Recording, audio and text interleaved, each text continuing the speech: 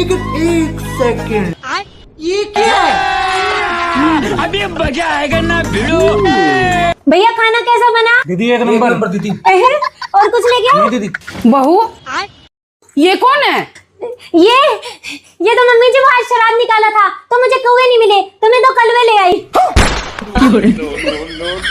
पर श्राद्ध किसका निकाला है तूने? मम्मी जी आपका।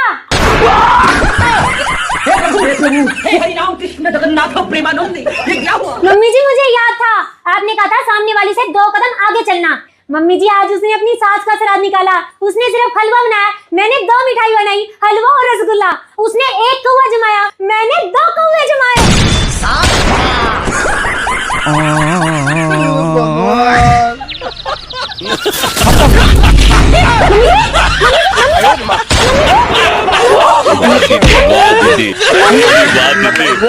दीदी